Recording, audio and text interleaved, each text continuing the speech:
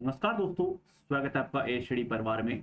जैसा कि आप जानते हैं दोस्तों कि आईएएस और पीसीएस का प्रीलिम नजदीक आ चुका है। मई में आईएएस और पीसीएस दोनों का एग्जाम है, यानी कि यूपी पीसीएस का। तो इस टाइम पीरियड के दौरान जो बच्चों में सबसे ज्यादा होड़ लगी रहती है कि हम अपने टॉपिकों का रिवीजन कर लें, और क्विक रिवीजन हो जाए तो बेस्ट रहेगा। यानी कि जितने भी टॉपिक हैं उनके पॉइंट टू पॉइंट चीजों का रिवीजन यदि हमारा हो जाए तो बेस्ट होता है, एग्जाम में हेल्प होता है, चीजों को याद रहती है। यानी कि यदि पॉइंट्स याद हो जाते हैं, उनको बार बार बार रिवीजन करने से वो बेनिफिट मिलता है एग्जाम्पल के अंदर। तो इतने सारे टॉपिकों का इतने कम टाइम के अंदर रिवीजन करना, मई में एग्जाम है, ठीक है, आप लोग लगे पड़े हैं और फिर उसके बाद भी चीजों को छूट जाती हैं, और इतनी क्विक रिवीजन कैसे हम करें? तो उसका सोल्यूशन क्या है? उसका सोल्यूशन है एज स्टडी। एज स्टडी आप लोगों के लिए आप क्विक रिवीजन कराएगा। कैसे? देखिए, ये कौन सा टॉपिक है? प्रमुख किसान आंदोलन। प्रमुख किसान आंदोलन यानी कि जितने भी किसान आंदोलन हुए हैं, जो प्रमुख किसान आंदोलन है, उनका हम आप लोगों के लिए क्विक रिवीजन लेके आए हैं। आपका क्विक रीजन होगा, यानी कि पॉइंट टू पॉइंट बात करेंगे बिना किसी बकवास के। तो आइए स्टार्ट करते हैं। पहले ये देख लेते हैं कि हम किन किन चीजों पर बात करने वाले हैं। वो कौन कौन से आंदोलन होंगे? ये वो सभी आंदोलन पर हम बात करने वाले हैं। इनमें कौन कौन से हैं?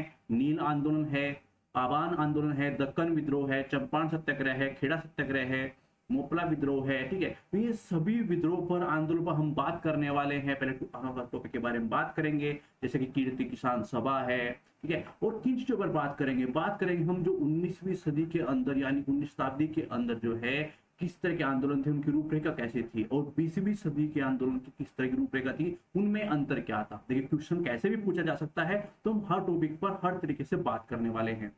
आंदोलन की महत्व की बात करेंगे, वो भी क्यों बात करेंगे, पॉइंट टू पॉइंट बातें होंगी, बिना किसी बकवास के बातें होंगी। तो आइए स्टार्ट करते हैं बिना आप लोगों के टाइम वेस्ट कर, क्योंकि ये टाइम आप लोगों के लिए बहुत अधिक इंपॉर्टेंट है। तो आइए स्टार्ट करते हैं, ठीक है।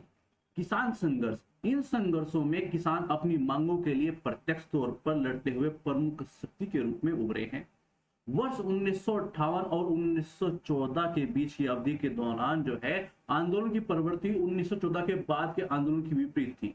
वो स्थानीयकृत थी, यानी कि 1958 से पहले, 1914 से पहले जो आंदोलन हुए उनकी थी स्थानीयकृत, असंबंध, विशेष शिकायतों और मतलब यानी कि आर्थिक रूप से थे। अपने और उनकी कोई प्रॉब्लम हो रही है उसको देखना, अपनी आर्थिक प्रॉब्लम को देखना, स्थानिक प्रॉब्लम थी, और स्थानिक प्रॉब्लम को सोल्यूशन करने के लिए आंदोलन होते थे, जिनको हम किसान आंदोलन कहते थे। तो किसान संबंधी आंदोलन थे। मगर 1914 के बाद क्या प्रॉब्लम स्टार्ट हुई? 1914 के बाद जो है आंदोलन वैश्विक यानी कि राष्ट्रीय रूप लेने लगे, क्योंकि उस टाइम पीरियड के दौरान राष्ट्रीय आंदोलन हो रहे थे। राष्ट्रीय आंदोलन के जो नेता थे उनसे संबंध हो जाते, यानी कोई भी किसान आंदोलन उस टाइम पीरियड के दौरान होता था तो यहाँ पर क्या हो जाता था, वो नेता इनका नेतृत्व करते थे, और नेतृत्व करने के कारण जो वो छोटा सा आंदोलन था वो राष्ट्रीय स्तर का आंदोलन बन जाता था। वही लोग जो अपनी लड़ाई लड़ रहे हैं वो राष्ट्रीय लड़ाई लड़ना शुरू कर देते थे। अब देख लेते हैं कि आंदोलन के कारण क्या रहे। सिंपल, सबके लगभग लगभग सेम आंदोलन के कारण नहीं है, वो थोड़ा सा हल्का सा देख लेते हैं। देखिए, जल्दी जल्दी देखते हैं। किसान पर अत्याचार। जमींदारों क्षेत्रों में किसान को उच्च लगान, अवैध करारों पर मनमानी, बेदखली, अवैध तकनीकी श्रम का सामना करना। उसके अलावा सरकारें भारी भू राजस्व की लगान, यानी को लगान देना पड़ता था, भू राजस्व को लगाया गया, बहुत अधिक भारी भू राजस्व पर लगाया गया, ठीक है। भारतीय उद्योग को बड़े पैमाने पर नुकसान हुआ। आंदोलन का उदय तब हुआ जब ब्रिटिश व आर्थिक नीतियों के परिणाम स्वरूप पारंपरिक हस्तशिल्प जो है वो अन्य छोटे उद्योगों का दमन हुआ, जिसमें स्वामित्व में परिवर्तन हुआ, तथा किसानों पर कृषि भूमि का अत्यधिक बोझ व कर्ज बढ़ा, जिससे किसानों की गरीबी में वृद्धि हुई। जैसे कि मैंने आपको समझाया था कि पर्सन बेरोजगारी जो होती है, पर्सन बेरोजगारी कैसी होती है? मान लीजिए आप छोटा मोटा काम करते हैं और वो काम आपका छूट जाता है। उस टाइम पीरियड के दौरान क्या हुआ? मान लिया आप कुछ भी काम करते हैं, बहुत छोटा छोटा काम आप काम करते हैं। मान लीजिए आपकी फैमिली 7 बंदों की है और 7 में से 3 बंदे जो है कुछ अन्य काम करते हैं, मगर उद्योगों के कारण क्या हुआ? आपका वो काम खत्म हो गया, आपको काम नहीं मिल रहा, आपका काम नहीं चल रहा, तो आप क्या करेंगे? मान लीजिए आपकी छोटी मोटी जमीन है, आप भी जाके वहीं पर लग जाएंगे। तो वहां पर क्या हुआ? पर्सन बेरोजगारी, ये भी समझ में आ गया। मगर एक और चीज क्या है, वो बोझ बढ़ गया, तो वहां पर उनको गरीबों पर वो गरीबी बढ़ गई, उनकी गरीबी में वृद्धि हो गई। तो ऐसा क्या हुआ? उद्योगों पर बड़े पैमाने पर नुकसान हुआ, उसके कारण जो है वहां पर किसानों के अंदर गरीबी में वृद्धि हो गई। और अगला पॉइंट क्या है? प्रतिकूल नीतियां। ब्रिटिश सरकार की आर्थिक नीति और जमींदारों और साहूकारों के पक्ष में थी, ठीक है, और किसानों का शोषण करती थी। इसे अन्याय के खिलाफ के सामने कई अवसरों पर विद्रोह किए। तो ये उनकी नीतियां भी थी। ब्रिटिश काल किसकी नीति थी? ब्रिटिश सरकार की जो नीतियां थी वो किसके पक्ष में थी? जमींदारों के, साहूकारों के पक्ष में थी, जैसा कि आपने बार बार पढ़ा है, ठीक है। और वो शोषण किसका करती थी? किसानों को शोषण करती थी, उसके खिलाफ वो विद्रोह करते थे। सिंपल बात है। अब करते हैं हम आंदोलन स्टार्ट, ठीक है। पहला आंदोलन कौन सा है? नील आंदोलन। क्विक रीजन करते हैं। 1859-60 ईस्वी के टाइम, उसका टाइम पीरियड है। यह आंदोलन कहां से संबंधित है? बंगाल में हुआ था। यह आंदोलन कहां हुआ था? बंगाल में। इसका कारण क्या था? बंगाल के वे काश्तकार जो अपने खेतों में चावल ने अन्य खाद्यान्न फसलें उगाना चाहते थे, ब्रिटिश नील बागान मालिकों द्वारा उन्हें नील की खेती करने के लिए बाधित किया जाता था। नील की खेती करने का मना करने वाले जो किसान थे, उनको नील बागान मालिकों को द्वारा दमन चक्र का सामना करना पड़ता था। यानी कि यदि कोई मना कर देता था कि हाँ मैं अपनी खेती के अंदर नील खेती नहीं करूंगा, तो उसका दमन किया जाता था। दयनीय प्रथा, यानी कि एक पॉइंट है, हमें क्यों ऐसा आंदोलन खड़ा हुआ? नील उत्पादक जो बागान मालिक थे, वो किसानों को एक मामूली रकम अग्रिम रूप से दे देते। मान लीजिए आपने कुछ टाइम पर जरूरत पड़ रही है, आपको छोटा सा पैसा दे दिया, उस पैसे की वजह से आपको फिर बोला जाता था कि आप अपनी खेती के अंदर नील खेती ही करेंगे। तो वो क्या है, उन पर अत्याचार हो रहे थे, इसे किसान नील खेती करने के लिए बाध्य हो जाते थे और उनको प्रॉब्लम क्रिएट हो जाती है उनके लिए। किसने इसका नेतृत्व किया? वो है दिगंबर विश्वास और विष्णु विश्वास के नेतृत्व में इस आंदोलन की शुरुआत हुई। नदिया जिले के गोविंदपुर गांव में इसकी शुरुआत हुई। अब बात करते हैं आयोग जो इससे संबंधित रहा है। कब इसकी स्थापना हुई? 1860 के अंदर। ब्रिटिश सरकार द्वारा नील आंदोलन की समस्या की जांच के लिए सीटोन कार की अध्यक्षता में 4 सदस्यीय आयोग का गठन किया गया। आयोग ने रिपोर्ट में किसान के शोषण की बात को स्वीकार किया और क्या हुआ, 1860 ईस्वी में अधिसूचना जारी की गई कि नील की जो खेती जबरन हो रही है उस पर रोक लगा दी गई। देखिए ये तो है बेसिक बेसिक पॉइंट, हमने इसका कारण जान लिया, ये कहां पर हुआ, किससे संबंधित था, क्यों उनकी दयनीय प्रथा हो गई थी, क्यों वो खेती करने के लिए बाध्य हो जाते थे, किसने उनका नेतृत्व किया। अब कौन सा आयोग था जिसने उसको निरस्त कर दिया कि हाँ आप जबरदस्ती आप इनकी खेती नहीं करा सकते, ठीक है। 1860 में ये चीज हुई, ठीक है। अब क्या है, कुछ पॉइंट्स हैं जहां से कथन क्रिएट हो जाते हैं, वो भी देख लेते हैं। कौन से? उन्हें प्रेस व मिशनरियों का समर्थन प्राप्त था। अब मैं ये पॉइंट्स ऐसे नोट में क्यों बोल रहा हूं, क्योंकि ऐसा होता है, मान लीजिए नील आंदोलन आप सभी ने पढ़ा है, बार बार पढ़ा है, बार बार चीजों का रिविजन किया है, मगर फिर भी क्या होता है, कुछ किसान आंदोलन जब दिए जाते हैं, एग्जाम हॉल में आते हैं और आपके सामने खत्म होते हैं, तो वहां पर प्रॉब्लम क्या क्रिएट हो जाती है कि इतनी बेसिक चीजें भी आपको प्रॉब्लम्स कर जाती हैं कि प्रेस और मिशनों का समर्थन था कि नहीं था। ये पॉइंट ही आपके कंफ्यूजन पैदा करता है। तो यहाँ पर क्या देखना है कि प्रेस और मिशनों का उनको समर्थन था, किसमें? नील आंदोलन में। यदि नील आंदोलन या किसान आंदोलन संबंधित आती है कि नील आंदोलन में प्रेस और मिशनों का समर्थन प्राप्त नहीं हुआ, तो ऐसा नहीं है, प्राप्त था। तो ये चीजें दिमाग में रखनी है, ठीक है। ये भी एक पॉइंट है। आगे चलते हैं। बंगाली पत्रकार जो है हरीश चंद्र मुखर्जी ने अपने अखबार द हिंदू पैट्रियट में बंगाल के किसानों की दुर्दशा का वर्णन किया। बंगाली लेखक और नाटककार दीन बंधु मित्रा अपने नाटक नील दर्पण में नील की खेती करने वाले भारतीय किसानों के साथ किए जाने वाले व्यवहार का मासिक पुस्तीकरण करते थे और यह पहली बार 1860 में प्रकाशित हुआ था। बाद में ये देखते हुए कि यह आंदोलन ज्यादा और ना भड़क जाए या फिर से स्टार्ट ना हो जाए, तो इसके कारण इस पर प्रतिबंध लगा दिया गया था। किस पर? दीन बंधु मित्रा के द्वारा जो नाटक नील दर्पण जो प्रस्तुत किया जाता था, ठीक है, वो प्रकाशित किया जाता था, उस पर प्रतिबंध लगा दिया गया था। तो कौन प्रकाशित करता था, क्या प्रकाशित करता था, किस आंदोलन से संबंधित था, ये हमें याद रखना है। तो ये तो बात हो गई नील आंदोलन की। आगे बढ़ते हैं। अगला जो आंदोलन है वो है पाबना आंदोलन, जो कि 1870 से 80 के दशक के बीच में हुआ। आंदोलन, इस आंदोलन के बारे में थोड़ा सा देख लेते हैं। देखिए, पूर्वी बंगाल के बड़े हिस्से में जमींदार और गरीब किसानों से अक्सर बढ़ाए गए लगान और भूमि करों को जबरदस्ती वसूलते थे। वर्ष 1859 में अधिनियम एक्ट के अंतर्गत किसानों को अपनी भूमि पर अधिभोग के अधिकार से भी रोका गया। मई 1873 में पटना यानी कि पूर्वी बंगाल के पाबना जिले में यूसुफ शाही परगना एक कृषि लीग का गठन किया गया था। कब किया गया था? 1873 में किया गया था। कहां पर, किससे संबंधित था? यूसुफ शाही परगना से संबंधित था, ठीक है। ये कुछ पॉइंट्स याद रखने हैं, वो ही आ सकते हैं एग्जाम के अंदर, ठीक है। इनके द्वारा हड़तालें आयोजित की गई, धन जुटाया गया, जिसमें संघर्ष पूरे पटना और पूर्वी बंगाल के अन्य जिलों में फैल गया। यह आंदोलन मुख्य रूप से कानूनी लड़ाई थी, लेकिन कुछ जगहों पर ये हिंसा भी हुई। देखिए, अब आपको लग रहा होगा कि इतने बेसिक पॉइंट्स हैं, रिवीजन हो रहा है, ठीक है, मगर इतने बेसिक पॉइंट के ऊपर इतना सरजोर क्यों हो रही है? देखिए, यही बेसिक पॉइंट पूछे जाते हैं कि आंदोलन मुख्य रूप से अहिंसक रहा, देखिए ऐसा हुआ कि कानून रूप से लड़ाई लड़ी गई, मगर कुछ जगहों पर ये हिंसा भी हुई है। तो वहीं पर क्या होता है कि आंदोलन के बारे में सिंपल सी लाइन डाल दी जाती है कि ये अहिंसक रहा, नहीं कुछ जगहों पर हिंसा भी हुई है, ठीक है।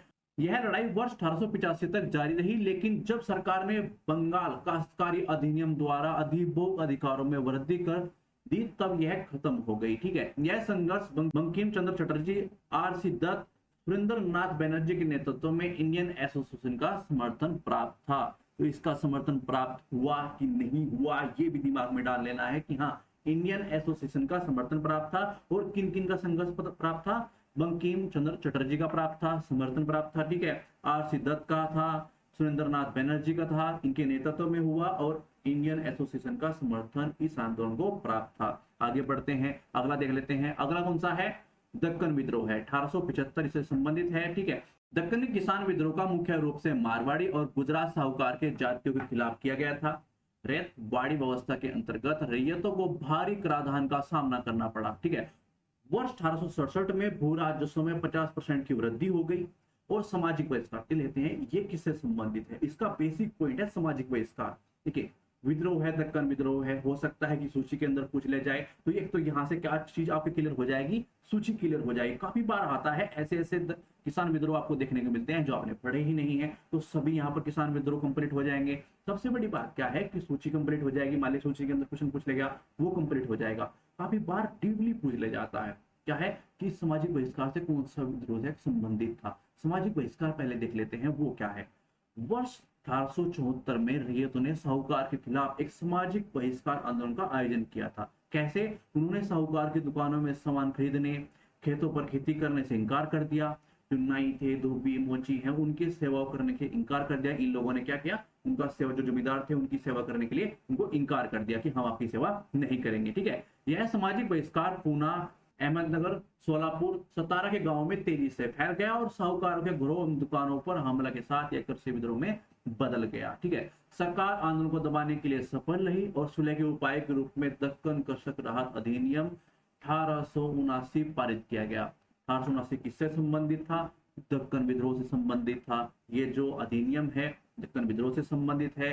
किस आंदोलन से सामाजिक बहिष्कार संबंधित, यानी किसके अंदर सामाजिक बहिष्कार किया गया था? वो किया गया था दक्कन विद्रोह से संबंधित किया गया था, ठीक है। तो कुछ पॉइंट्स होते हैं जो याद रखने हैं, ठीक है। आगे बढ़ते हैं, अगला देख लेते हैं। देखिए यह 20वीं सदी के किसान विद्रोह यानी कि गांधी के चरण के टाइम पीरियड के कौन कौन से विद्रोह हुए वो देख लेते हैं। पहला क्या है? विश्व प्रसिद्ध चंपारण सत्याग्रह, जो कि 1917, ठीक है। देख लेते हैं थोड़ा सा इसके बारे में। पता तो है ही आपको, बार बार इतनी बार आपने पढ़ा होगा चंपारण सत्याग्रह, एक बार और इसका रिवीजन कर लेते हैं। क्यों रिवीजन करते हैं? बिहार के चंपारण जिले में नीले के बागानों में, ये लेकिन नील के बागानों में, बिहार के चंपारण जिले में नील के बागानों में यूरोपीय बागान मालिकों द्वारा किसानों का अत्यधिक उत्पीड़न किया जाता था। उन्हें अपनी जमीन में कम से कम 3/20 हिस्से में नील उगाने और बागान मालिकों द्वारा निर्धारित कीमतों पर नील बेचने के लिए मजबूर किया जाता था। वर्ष 1917 में महात्मा गांधी ने चंपारण पहुंचकर किसानों की स्थिति का विस्तृत जांच की। उन्होंने चंपारण को छोड़ने और जिलाधिकारी के आदेश की अवहेलना की। सरकार ने जून 1917 में एक जांच समिति की नियुक्ति की, जिसके गांधी सदस्य थे।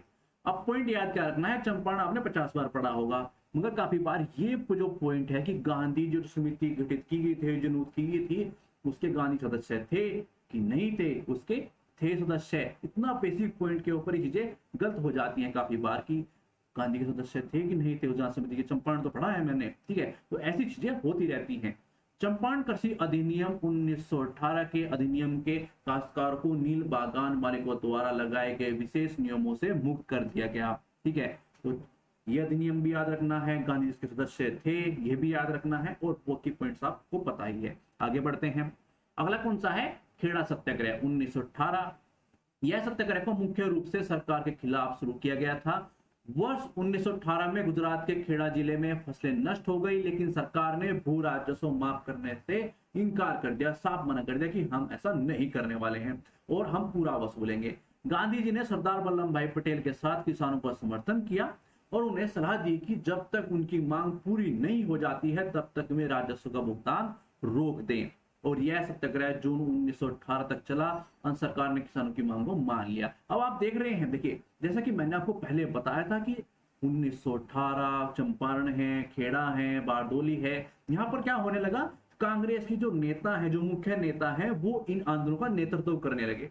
तो जब किसी को इतना राष्ट्रव्यापी जो नेता है, जो राष्ट्रीय स्तर का नेता है, जब किसी आंदोलन का नेतृत्व करेगा, तो वहां की जनसंख्या है, उससे जुड़ी जो पॉपुलेशन है, किसान है, जो मजदूर हैं, वो क्या करेंगे, वो राष्ट्र को समझना स्टार्ट कर देते हैं कि हाँ, राष्ट्र को कोई प्रॉब्लम है, हम गुलाम हैं, तो ऐसा है, हमें किसी के खिलाफ लड़ना है। तो वो चीजें विकसित होनी यहाँ पर स्टार्ट हो गई थी और ऐसे ऐसे विकसित होती चली गई और ये क्या हुआ कि राष्ट्रीय रूप में आंदोलन लेने लगे।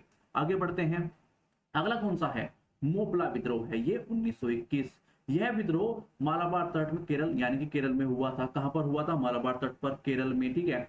मोपला जो है मालाबार तट में रहने वाले जो गरीब किसान थे, जो अरब लोगों के वंशज थे, ये अधिकतर गरीब मुस्लिम किसान थे। कौन थे ये, गरीब मुस्लिम किसान थे। नंबूदरी ये उच्च वर्ण के हिंदू संपन्न जमींदार थे जिन्हें प्रशासन का संरक्षण प्राप्त था।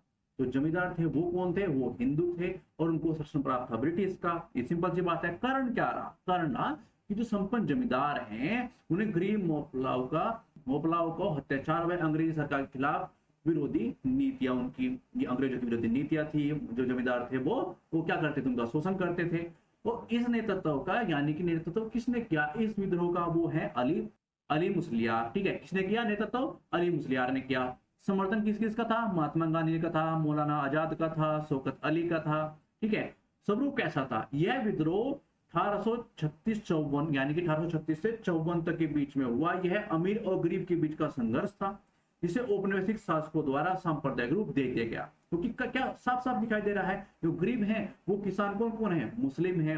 जो जमींदार है वो कौन है, हिंदू है। तो उन्होंने देखा कि ऐसे तो ये विद्रोह नहीं दबेगा, तो क्या किया उन्होंने, जो राजा थे, जो शासक थे वहां पर, अपने शासक थे, उन्होंने क्या किया, उसको सांप्रदायिक रूप दे दिया, भड़का दिया आपस में, ठीक है।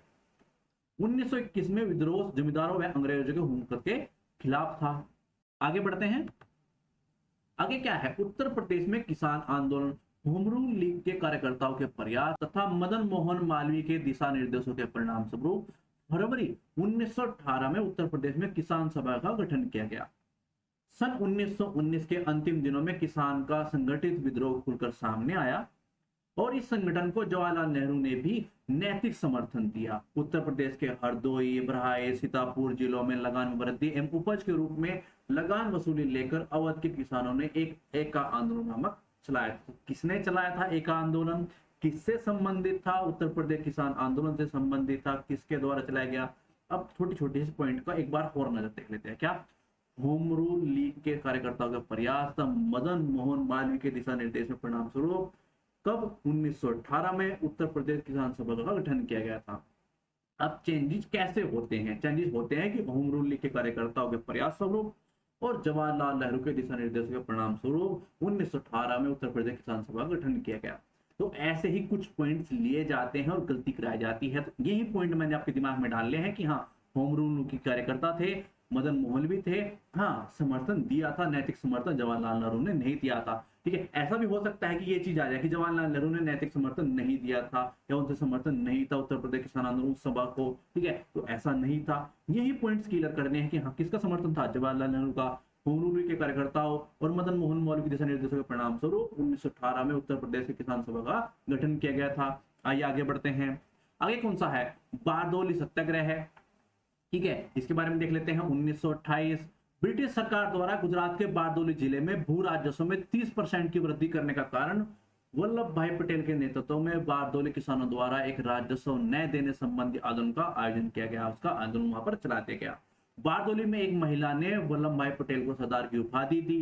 यही कुछ पॉइंट्स होते हैं, रट भी रखे होंगे, मगर क्या है कि रिवीजन कर रहे हैं। आइए जल्दी से रिवीजन कर लेते हैं। बड़े पैमाने पर मवेशियों और जमीन की कुर्की द्वारा आंदोलन को दबाने और अंग्रेजों के असफल प्रयासों के परिणाम स्वरूप एक जांच समिति की नियुक्ति की गई। वहां पर क्या हुआ, एक जांच समिति की नियुक्ति हो गई और जांच समिति ने क्या निष्कर्ष दिया कि जो वृद्धि है, जो वृद्धि की गई है 30%, वो गलत है। कितनी करनी चाहिए, या फिर उन्होंने कितनी की, घटाकर कितनी वृद्धि की, 6.03 पर कर दिया गया। यानी कि जो जहां पर वो 30% था, अब वो है 6.03 वहां पर किया गया था। ये भी चीज हो सकती है कि जांच समिति निष्कर्ष निकाला और जो वृद्धि की गई थी 30%, उसको जीरो कर दिया गया, उसको समाप्त कर देगा, बिल्कुल खत्म कर देगा। तो ऐसा नहीं हुआ था, इतनी वृद्धि हुई थी फिर भी, ठीक है, बारदोली सत्याग्रह के अंदर। तो यही कुछ पॉइंट्स होते हैं जिसमें कंफ्यूजन पैदा होता है। आगे बढ़ते हैं। अगला कौन सा है, तेभागा आंदोलन। 1946 से 50 ईस्वी तक। तेभाग के बारे में देख लेते हैं। तेभाग आंदोलन बंगाल में हुआ था। यह आंदोलन की शुरुआत जो है वो त्रिपुरा के हसनाबाद में हुई थी, मुख्य रूप से बंगाल में केंद्रित था। यह आंदोलन प्रमुख नेता कंपा राम सिंह और भवन सिंह थे। कौन कौन इसके नेतृत्व करता थे? एक था कंपा राम सिंह और एक है भवन सिंह। यह आंदोलन में बटाईदार किसानों के ऐलान किया कि वे फसल को 2/3 हिस्सा लेंगे, यानी कि 2/3 तो अपने पास रखेंगे और 1/3 वो जमींदार को देंगे। बंटवारे की इसी अनुपात के कारण इसे तेभाग आंदोलन बोला जाता है। इसके ऊपर आंदोलन हुआ था कि हम सिर्फ आपको 1/3 हिस्सा देंगे, 2/3 हम खुद रखेंगे। इसके क्या बोला जाता है? इसको तेभाग आंदोलन इसको बोला जाता है। तो ये सूची आए, अब कुछ भी आए, आपको पॉइंट्स क्लियर हैं। आगे चलते हैं, रिवीजन हो रहा है। तेलंगाना किसान आंदोलन क्या है? यह आंदोलन तेलंगाना में हुआ था। इसका कारण क्या था कि द्वितीय विश्व युद्ध के बाद किसानों ने कम दाम पर जबरदस्ती अनाज का वसूला जाना। इसका तत्कालीन कारण कम्युनिस्ट नेता के किसान संगठनकर्ता कैम्ब्रिया की पुलिस द्वारा हत्या कर देना। एक होती है ना कि आपके अंदर आक्रोश भरा पड़ा है, बस उसको चिंगारी की जरूरत होती है, तो वही चिंगारी ये थी। ठीक है। इस आंदोलन में किसानों ने मांग की कि हैदराबाद रियासत को समाप्त कर दिया जाए और उसे भारत का अंग बना दिया जाए। बेसिक रूप से समझ में आ रहा होगा कि क्या हो रहा है। वर्ष 1940 और 51 के बीच तेलंगाना विद्रोह, तेलंगाना क्षेत्र के बाद में हैदराबाद की रियासत सामंती राजाओं के खिलाफ एक किसान विद्रोह था। विद्रोह 1940 में शुरू हुआ और वारंगल और बिदर जिलों के लगभग 4000 गांव में फैल गया। यह तेलंगाना विद्रोह के नेता कौन थे? कुचलपल्ली सुंदर राय थे। अब यदि समझ में नहीं आ रहा है तो बेसिक रूप से कहानी के रूप में समझा देता हूं कि देखिए क्या हुआ।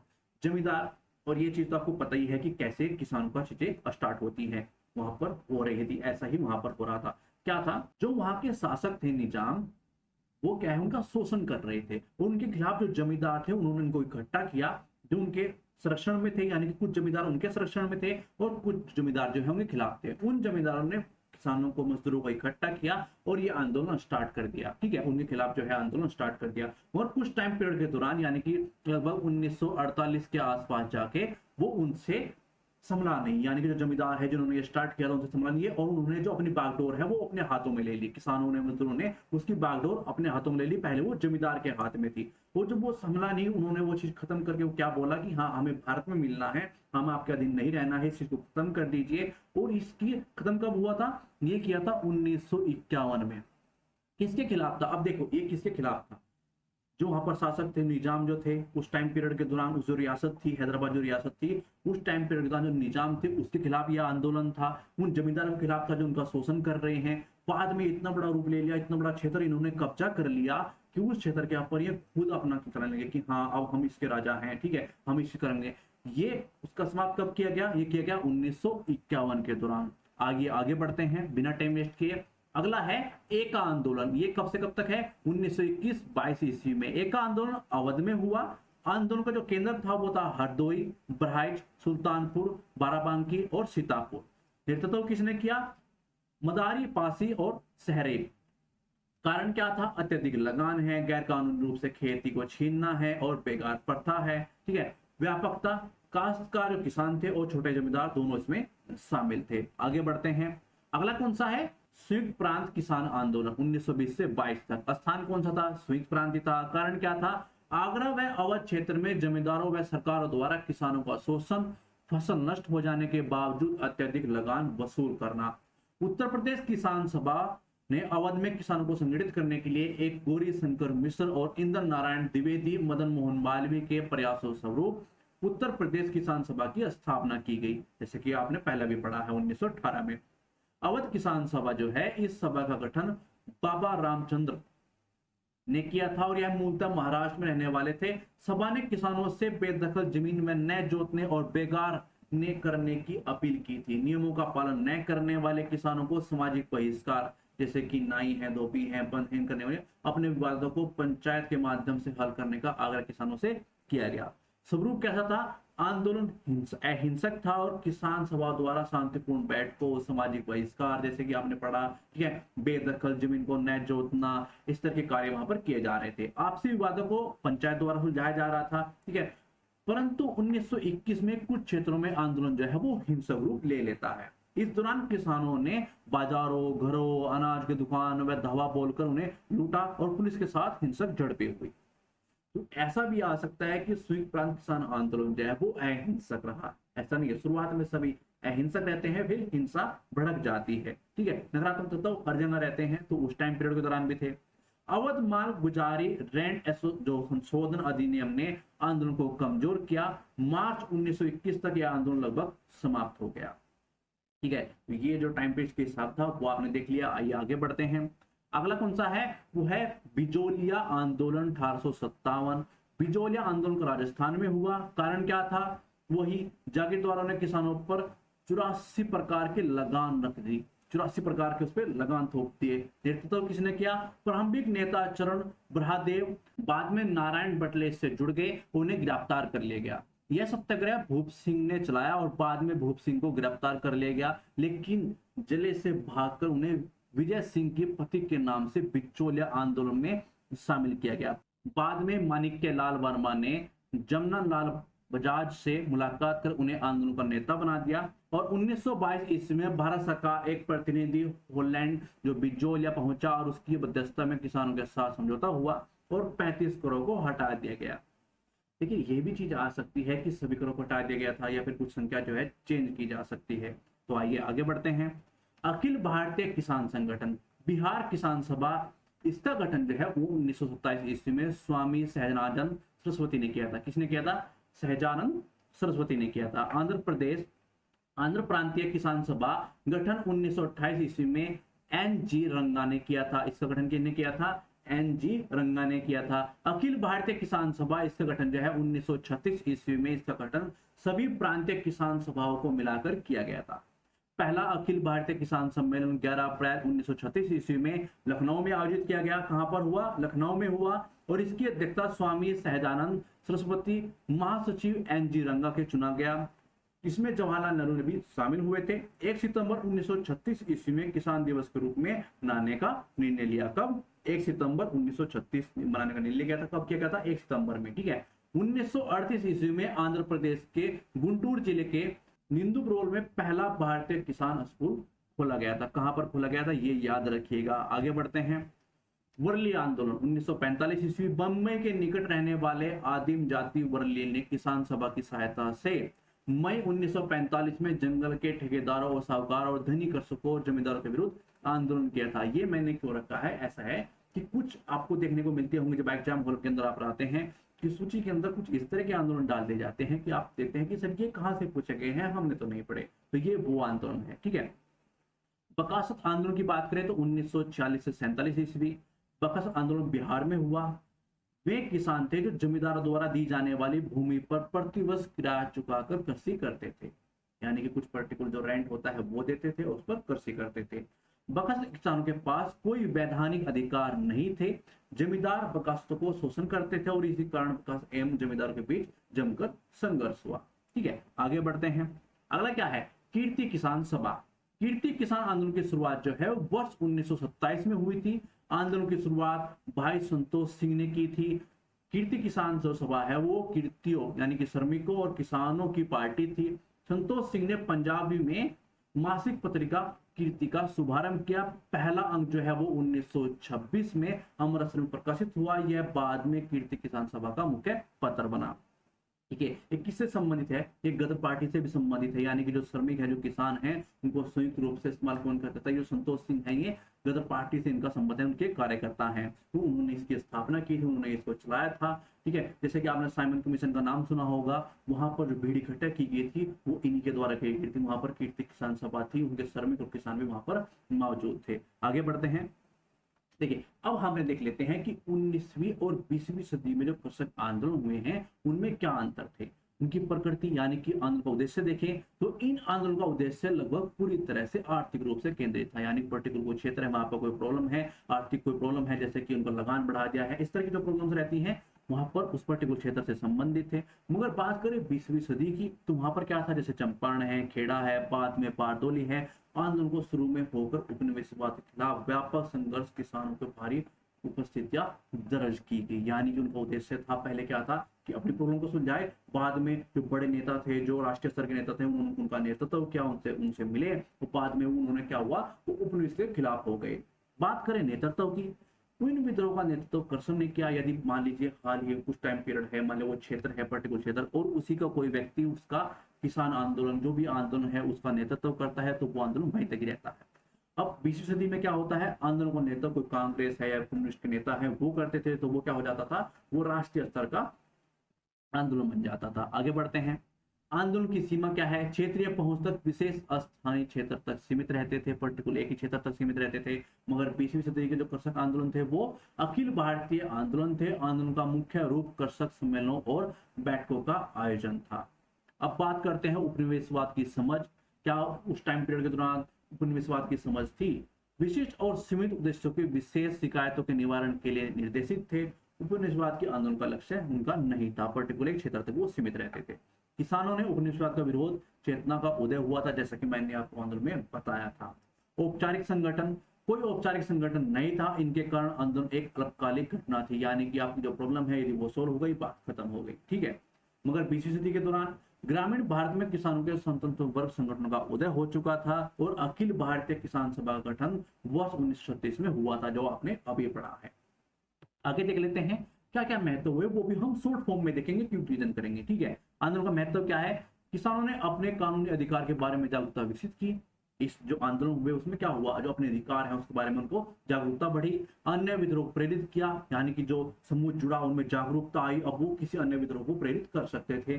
किसानों के बीच एकता बढ़ी, जब आप मिलकर कुछ काम करते हैं तो एकता बढ़ती है। किसानों की आवाज सुनी गई, जब आप कुछ मूवमेंट चलाते हैं और आप जान लेते हैं कि हाँ ये मूवमेंट चला सकते हैं, तो आप कुछ नई बात उठाते हैं तो वो आपकी सुनी जाती है। राष्ट्रवाद का विकास हुआ, जब आपने देखा है कि 20वीं शताब्दी में जो राष्ट्रीय स्तर के नेता थे वो उनसे मिलते थे, उससे क्या होता था कि हाँ राष्ट्र कुछ है जिसके लिए हमें कुछ करना है, ठीक है। स्वतंत्रता के बाद सुधारों को प्रोत्साहित किया गया। स्वतंत्रता के बाद जो चीजें आपने देखी, जो फेस की थी, वो वहां पर उस टाइम, जैसे कि हम देख सकते हैं जमींदारी उन्मूलन हुआ, जो वहां पर लगातार शोषण किया जा रहा था जमींदारों द्वारा, उनका उन्मूलन हुआ, आते ही पहले वही कार्य किया गया। तो ये हमारा प्रयास आपको कैसा लगा हमें कमेंट बॉक्स में लिख के जरूर बताइएगा। हम कुछ अन्य टॉपिकों पर भी जल्द ही क्विक रिवीजन लाएंगे। आप किस टॉपिक पर क्विक रिवीजन चाहते हैं? आपको जनजातीय आंदोलन चाहिए, धार्मिक सुधार आंदोलन चाहिए, किस पर आप क्विक रिवीजन आप बताइए, वो टॉपिक हम आपको पढ़ाएंगे। थैंक्स फॉर वॉचिंग, धन्यवाद।